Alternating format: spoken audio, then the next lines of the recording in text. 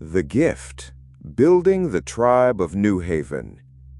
This is a short sample of Chapter 14, Initiation.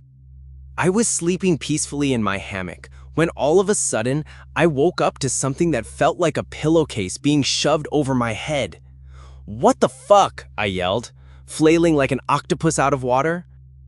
I heard a deep whisper that said, "Shh, let go, flow." I remembered my Jedi training and went limp. Stopped fighting it.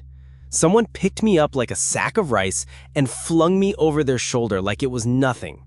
Now, I'm not a skinny guy, and I was weighing a bit over 160 pounds, since I was now fitter than ever from all the slave labor.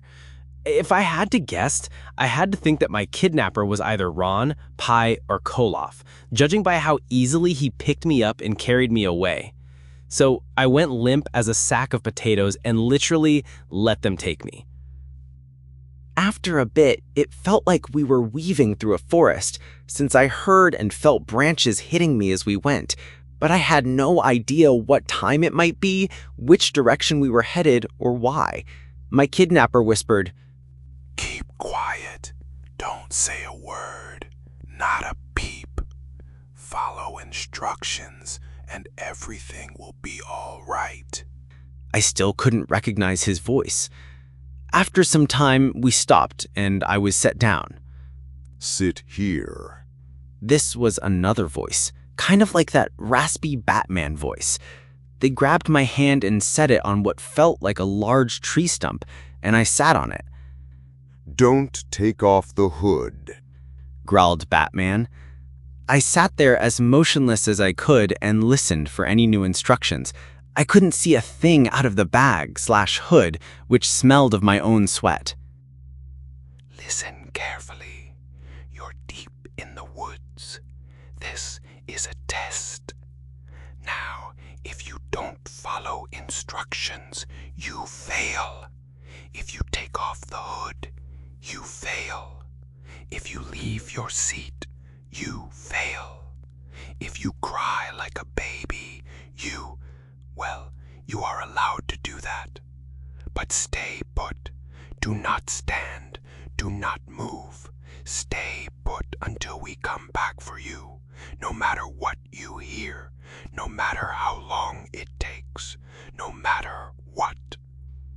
I then heard a bunch of footsteps quickly scramble away and then silence.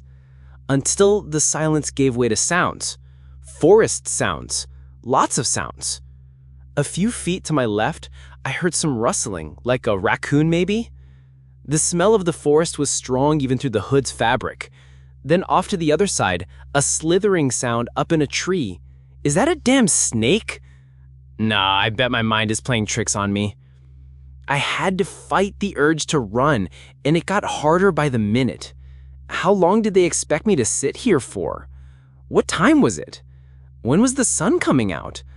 I couldn't tell how much time had already passed, but it felt like hours already. I knew that couldn't be right though. So I sat there for what felt like hours and hours, trying not to pay attention to all the damn rustling, until I heard something like footsteps. Large footsteps. I fought the urge to yell, "Who's there?" And the heavy footsteps crept closer and closer, like a big animal trying not to make a sound but failing miserably. What the fucking fuck? That has to be Ron, Pi, or Koloff. The steps got closer and closer until I heard them right beside me. And then I shit you not, I felt a snout fucking sniffing me. A fucking bear? No way. Run! That thought overtook my whole being. But then I thought, wait, you can't outrun a bear. Then I thought, what if this is part of the test? What if it's one of the guys pulling my chain? I run and I blow it. Shit. The huge bear, maybe, kept stomping around getting closer and closer. Fear. The handbook went on and on about fear. Don't give in to fear. Don't cling. Let it take you. Flow. And in my very last conversation with Tom, he talked about fear too. Get your copy of The Gift, Building New Haven at freespiritssociety.org/preview.